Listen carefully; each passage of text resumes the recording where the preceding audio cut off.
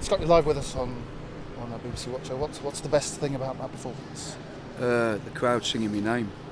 No, I'm really delighted. You know, I thought the performance was outstanding from start to finish. The lads really dug in. I felt first half we were very good. I think we were slow in possession at times, which was one thing that we spoke about at half time. And I thought it was outstanding in the second half. You know, we really controlled the game, in my opinion, and we got our goal. You know, and a great 3 points away from home. It's a tough place to come. They've got some real experience and good players in their side, and it's a tough place to come. So I'm delighted. The first half where you've had so much possession and they've literally not had a shot, but you've had one shot. I mean, was that frustrating in the sense that you didn't sort of finish with the control, and how frustrating would it have been not to sort of build on that and go on and win? No, not really, because I've been in these games a lot over the years. You know, where you've controlled possession and you don't get a lot of chances on goal, or you don't kind of pepper the goal, and that can happen. But you know, I think the longer the game went on, because we had all the control and all the possession, I feel that chances will come kind of in the second half. So I actually mentioned that at half time. So don't be too disappointed about the fact that we've not peppered the goal, because I think the longer the game goes on, I think that will happen, based on the fact that we'll control it and they'll tire. And I think we did more so in the second half. What were the factors that you think allowed you that sort of dominance of possession by and large? Well, because the lads listen to how we want to play, and you know they've bought right into it. The group of players I've got here, I've got to be honest with you, are outstanding. You know, their attitudes to work every day and to understand what we want to do and how we want to play. I felt we really controlled it, and we're always going to try and be possession based. You know, we'll never get away from that fact. But it seemed to really knit together really well today. Not a bad week for Jacob Wakeling. 2 winning goals and a birthday in between. Yeah, listen, he's been, like I've said before in previous interviews, he's been outstanding. You know, if a packet of crisps blew across the pitch, he'd chase it. You know, he's one of them. He just never stops working. And I didn't think he tired today, so that's why I kind of left him on. And when you sort of talked about signing him and you had a look at all the data on that, what was it that sort of stood out? Because the goal record isn't really there, I suppose, from what you've seen so far. Yeah, but I think, well, first of all, what stood out for me was his work rate. We want to press high up the pitch. We want to dominate the game with the ball in possession, but also we want to press really hard and fast at the top of the pitch. And he certainly gives us that. So that was one kind of facet to his game that we liked.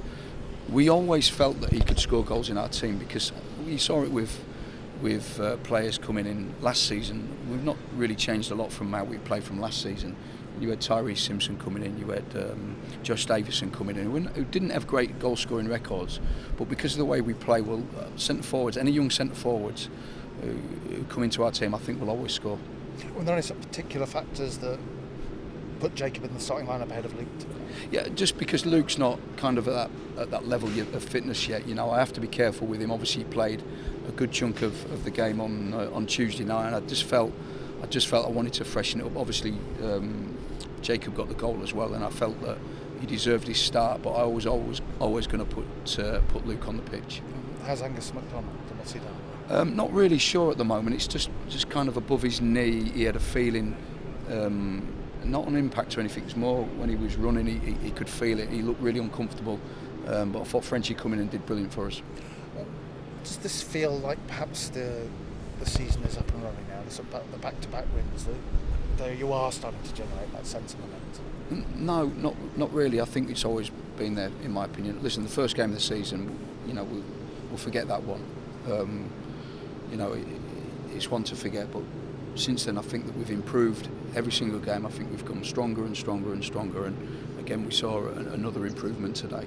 And, I mean, you joked at the start about the crowd singing your name, but obviously, you know, things were getting a little fractious about the subs on Tuesday night. So how important does it feel to hear that and feel some sort of bond with the fans growing?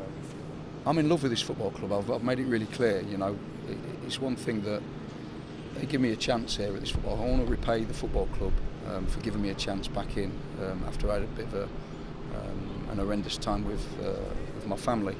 It means everything to me, and to see them come and sing my name's great, you know, and that's what I want. You know, I don't want them to to be against me. I want them to be with me because I'm with them, and I think that's important. And again, you sort of look for Ronan Darcy as your starter midfield ahead of Sadie Cobb. So how's Ronan done in these couple of starts? Great energy, he just never stops running, does he? He was fantastic again today. He never stops running. He'll make tackles. He'll run off the ball, and he passes it nicely as well. And he's done brilliant. Is this nice because it allows you, I guess, to give players other game time? You can kind of experiment a bit if you want to on Tuesday.